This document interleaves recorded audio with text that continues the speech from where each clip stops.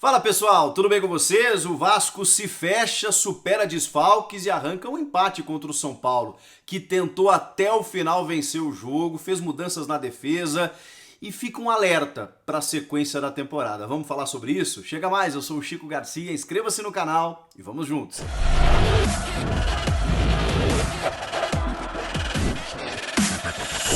Sim, o Vasco se defendeu o jogo inteiro no Morumbi e não poderia fazer diferente. Tinha 10 desfalques para o jogo, 9 deles com a Covid-19.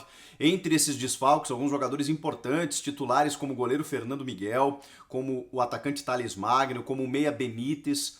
Realmente jogadores que fazem a diferença nesse time que já tem algumas limitações. Mas o técnico português Ricardo Sapinto, entendendo essa dificuldade, armou um esquema com 3 zagueiros e o Vasco já vinha mudando defensivamente, já vinha tendo uma consistência maior e sabia que pegaria um adversário fora de casa, no melhor momento e com todo mundo à disposição. A dificuldade era imensa.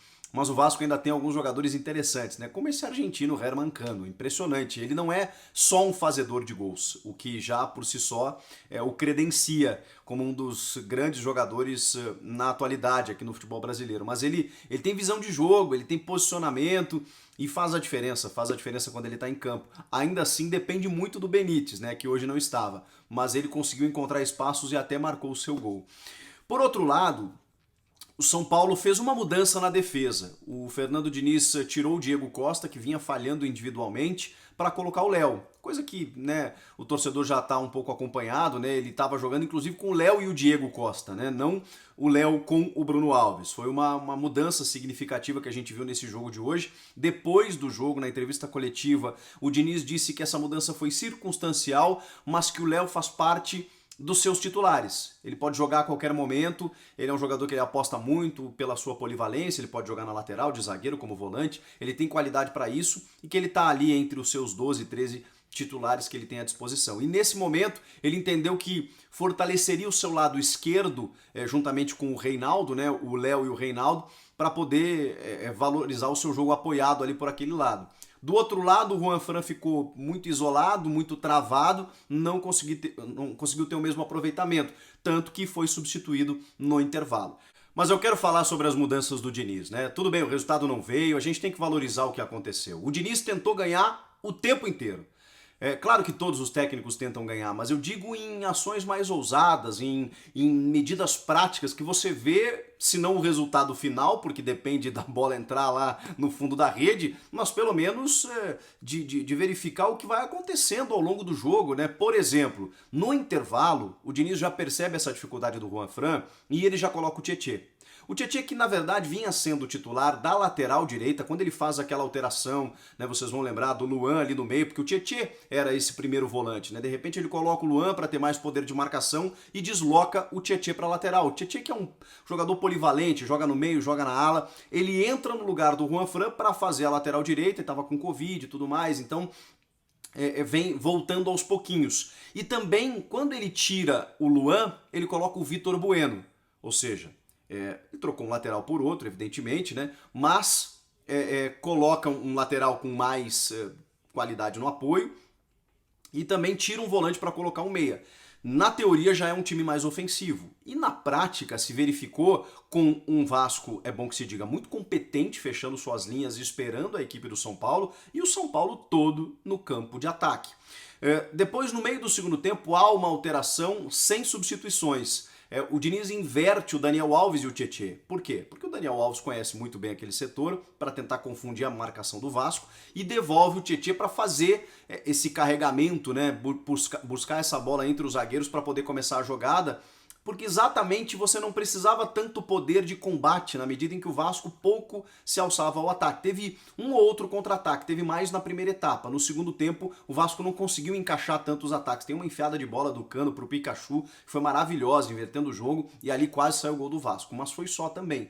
De resto, foi o São Paulo agredindo numa grande tarde, numa grande atuação do goleiro Lucão, que substituiu o Fernando Miguel e foi muito bem realmente.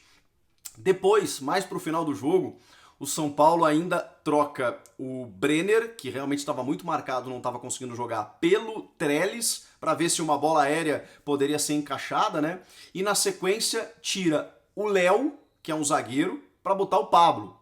Ou seja, vejam só, aí ele fica só com o Bruno Alves ali na defesa, porque o jogo realmente estava se apresentando dessa forma. Então, dá para dizer que o Diniz não tentou ganhar o jogo? Não, ele tentou ganhar o jogo, mas o Vasco foi competente na sua estratégia e conseguiu arrancar um ponto fora de casa.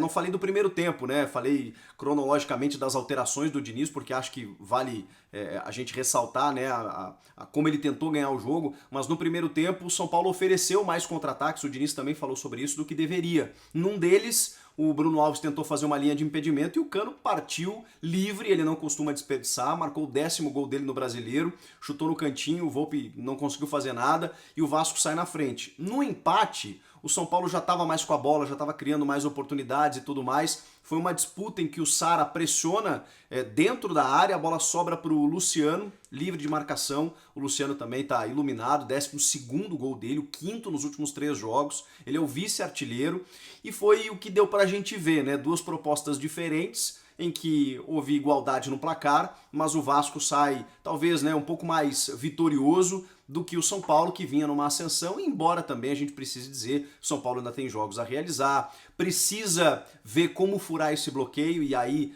cabe o alerta da manchete desse vídeo, né, porque o Diniz falou sobre isso também. É preciso superar essas defesas muito bem postadas, né, esses bloqueios, e entender como fazer isso.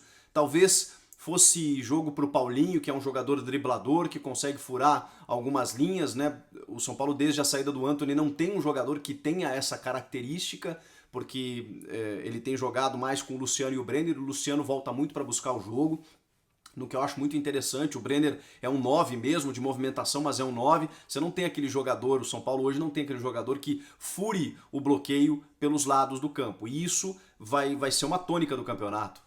O Diniz usou uma expressão muito legal, né? Defender, se fechar, é uma das coisas mais simples que tem no futebol, nos treinamentos. Construir é uma das coisas mais difíceis. Então fica uma das coisas mais difíceis de fazer contra uma das mais fáceis. É complicado, você fica martelando, e obviamente, normalmente, essa equipe que se fecha, ela obtém mais êxito. E foi o que aconteceu. O Vasco saiu com um pontinho do Morumbi, mas, repito, o São Paulo ainda está na parte de cima e ainda tem jogos a serem realizados, e ajustando essas partes aí, essas coisas, o próprio Diniz reconheceu que hoje foi um jogo tecnicamente abaixo daquilo que o time vinha produzindo.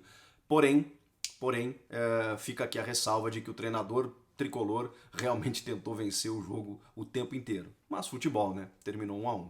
Comenta aqui embaixo o que vocês acharam do jogo. Inscreva-se no canal, hein? Eu volto na próxima. Tchau!